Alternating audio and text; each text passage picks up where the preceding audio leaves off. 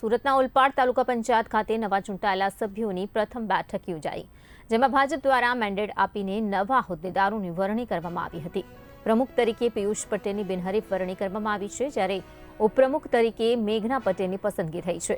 કારોબારી અધ્યક્ષ તરીકે ભાવેશ નાતાલીની નિમણૂક કરવામાં આવી હતી, તો સાથે જ પક્ષના નેતા તરીકે કિરીટ પટેલ અને દંડક તરીકે અમૃત રાઠોડની વરણી થઈ છે। આવતીકાલે પ્રાંત અધિકારીની હાજરીમાં નવા સભ્યોની કારોબારી બેઠક યોજાશે, જેમાં હોદ્દેદારોની દરખાસ્ત રજૂ કરાશે।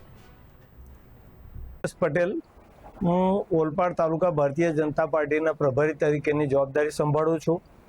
આજરોજ સ્થાનિક સ્વરાજ્યની ચૂંટણીના પ્રમુખ ઉપપ્રમુખશ્રીના ફોર્મ ભરવાની જે પ્રક્રિયા ચાલી રહેલ છે, તેમાં ગુજરાત પ્રદેશ ભારતીય જનતા પાર્ટી દ્વારા માન્ય શ્રી જગદીશભાઈ વિશ્વકર્માજીના આદેશ અનુસાર ઓલપાડ તાલુકા પંચાયતના પ્રમુખશ્રી તરીકે પિયુષભાઈ બળવંતભાઈ પટેલ અને ઉપપ્રમુખશ્રી તરીકે મેઘનાબેન કેવલભાઈ પટેલના નામનો મેન્ડેટ આવેલ હોવાથી અમે માન્ય ધારાસભ્ય શ્રી મુકેશભાઈ પટેલ સાહેબ, માન્ય સાંસદ શ્રી મુકેશભાઈ દલાલ સાહેબ, બ્રિજેશભાઈ પટેલ, યોગેશભાઈ પટેલ, કુલદીપસિંહ ઠાકોરની હાજરીની અંદર અમે આ ફોર્મ મેન્ડેટ અનુસાર ભરાવેલ છે।